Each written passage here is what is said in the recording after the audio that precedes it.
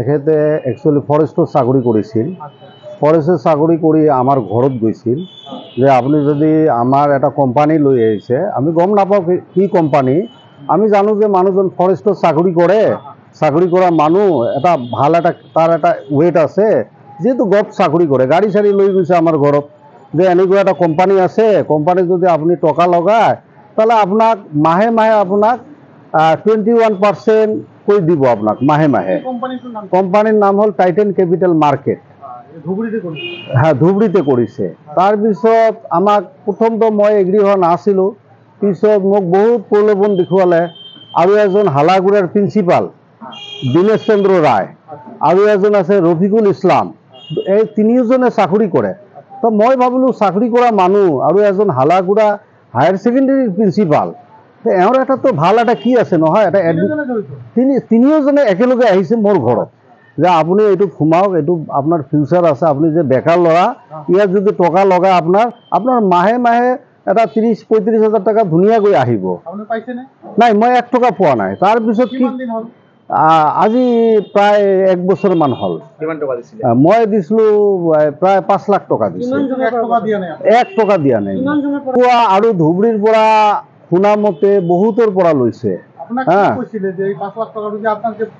মাহে মাহে টকা সোমাব বোলে। নাই, কোম্পানীৰ লছ হৈছে, কোম্পানী অমুক হৈছে আজি। আৰু এখেতে প্ৰতি মাহে ডুবাই যায়, থাইলেণ্ড যায়, এইবোৰ লৈ। তো মই এটা মিডিয়াৰ সন্মুখত ক'ব বিচাৰোঁ যে চাকৰি কৰা মানুহ এজন হ'ল ফৰেষ্টাৰ, এজন হ'ল টিচাৰ আৰু এজন হ'ল প্ৰিন্সিপাল। এতিয়াও চাকৰি আছে দুজনৰ, এজন ছাছপেনশ্যনত আছে বুলি মই শুনা পাইছোঁ।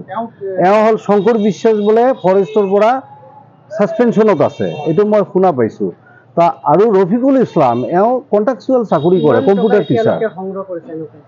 ধুবুৰীৰ পৰা কয়েক কোটি টকা মান সংগ্ৰহ কৰিছে মই শুনা মতে।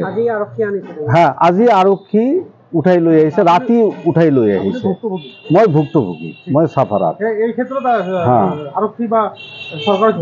মই ক'ব বিচাৰোঁ, এটাই ক'ব বিচাৰোঁ যে এই যিমানবোৰ চিট ফাণ্ড আছে, যিমানবোৰ এই যে বেকাৰ মানুহবিলাকক প্ৰলোভন দি এই যে টকাবিলাক যে লুট কৰি আছে বিভিন্ন নাম দি, আজি এখেতে দিছে টাইটেন কেপিটেল মাৰ্কেট, এখেতে ইয়াৰ আগত এটা কৰিছিল ক্ৰাউড ওৱান বুলি কয়, আমি গম নাপাওঁ।